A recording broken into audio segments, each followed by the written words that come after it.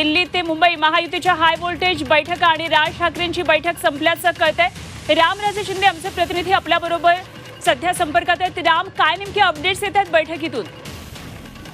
बिलकुल, आता ही बैठक संपलेली आहे। अमित शाह आणि राज ठाकरे यांची ही बैठक सुरू होती। अर्धा तास ही बैठक आलेली आहे आणि अर्ध्या तासानंतर बैठक संपलेली आहे।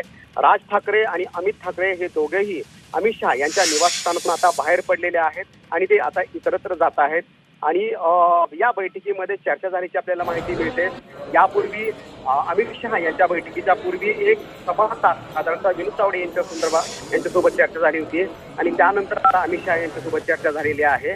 त्यामुळे अगोदर पूर्व चर्चा आणि त्यानंतर शिक्कामोर्तब असं या संपूर्ण आजच्या या प्रक्रियेला म्हणावं लागणार आहे। आणि त्यानंतर राज ठाकरे आता निघालेले आहेत। पाहावं लागणार की ते मुंबईकडे निघालेले आहेत का की आज पुन्हा दिल्लीमध्ये थांबण्याची त्यांची शक्यता आहे का हे सुद्धा पाहावं लागणार आहे।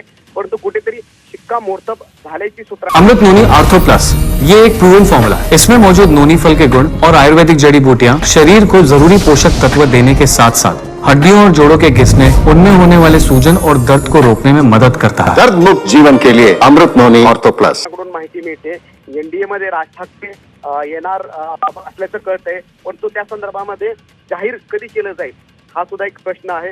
कोणत्या मुहूर्तावर जाहीर केलं जातं ते सुद्धा पाहावं लागणार आहे। कारण दुसरी यादी आता येणं बाकी आहे।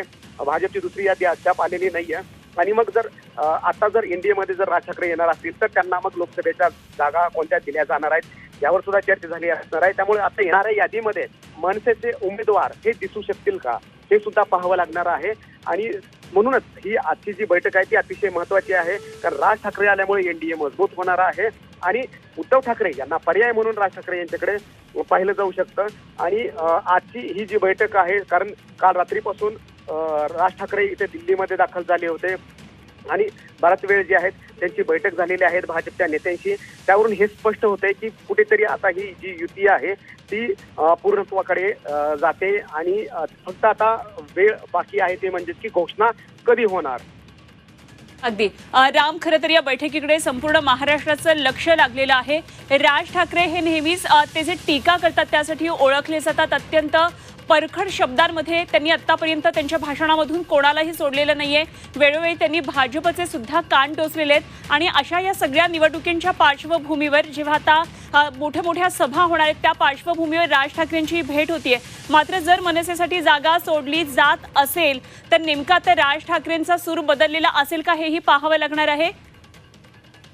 अतुल भातखळकर सध्या बोलतात, पाहूया काय म्हणतात। मी म्हटल्याप्रमाणे 45 जागा या नक्की निवडून येणार आहेत महायुतीच्या।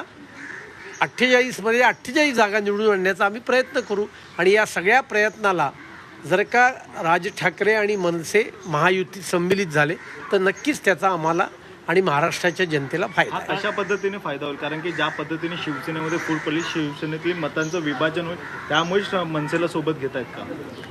नाही, असं आहे, गेले 2 वर्षापासून राज्यामध्ये महायुतीचं सरकार चालू आहे आणि आपण पाहतो की सगळे राजकीय पक्ष, अनेक नेते मंडळी, लोक हे पूर्णपणे माननीय मोदीजींच्या विकासाच्या नेतृत्वावर विश्वास ठेवून या विचारामध्ये सम्मिलित होत आहेत आणि त्याच्यामुळे त्याचप्रमाणे राज ठाकरेसुद्धा या ठिकाणी सम्मिलित होत आहेत। ही अत्यंत आनंदाची बाब आहे। राहुल गांधी यांनी जेव्हा शिवाजी पार्कवरती भाषण केलं तेव्हा त्यांनी म्हटलं की शक्तीच्या विरोधात ते ईडी आणि सीबीआय, परंतु हिंदू धर्मामध्ये शक्ती हा शब्द जो आहे त्याला महत्त्व आहे। काल नरेंद्र मोदी यांनी सुद्धा म्हटलं की राहुल गांधींच्या या वक्तव्यामुळे बाळासाहेब सुद्धा दुःखी झाले असावेत असं त्यांनी म्हटलं। 100%, कारण हिंदू धर्मामध्ये, हिंदू संस्कृतीमध्ये, हिंदू समाजाच्या विचारांमध्ये शक्तीला अतोनात महत्त्व आहे आणि शक्ती म्हटलं की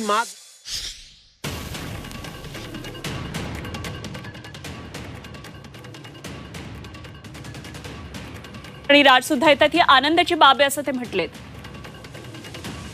राज ठाकरे आणि अमित शहांमधली दिल्लीमधली एक हाय व्होल्टेज बैठक आता संपलेली आहे आणि या बैठकीकडे संपूर्ण राज्याचं राजकीय वर्तुळाचं लक्ष लागलेलं होतं। खरं तर घणाघाती टीका करणारे नेते म्हणून राज ठाकरे यांची ओळख आहे। भाजपवर सुद्धा त्यांनी अनेकदा टीका केलेली होती, मात्र आज ते शहांबरोबर त्यांची बैठक झालेली आहे। या बैठकीमध्ये नेमकं काय झालेलं आहे ते काही वेळामध्ये स्पष्ट होईल। मात्र राज ठाकरे आता महायुतीमध्ये सहभागी होत आहेत असं कळतंय।